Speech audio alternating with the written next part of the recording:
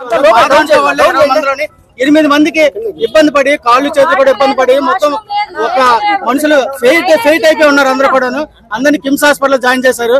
నాయకులందరూ కూడా వస్తున్నారు చూస్తున్నారు. ఎవరు ఏమీ లేదు.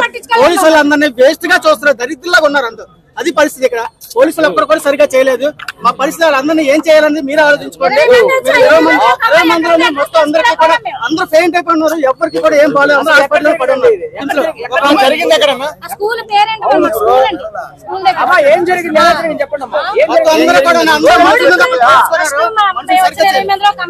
పడిపోయింది. ఆ అమ్మాయితో పాటు కూడా ఒక్కళ్ళే పంపించారు.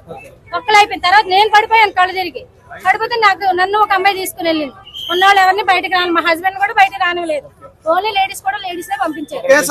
తెలివి వచ్చిన తర్వాత వెళ్తుంటే మేము పంపిస్తాం, కంగారు పడకమ్మా, ఊపిరి తీసుకోండి అమ్మా, నీళ్ళు తాగండి అమ్మా అన్ని బాగానే చెప్పారు. కానీ క్రౌడ్ ఎక్కువైపోయింది. జనాలు ఒకసారి గేట్ తీసారు.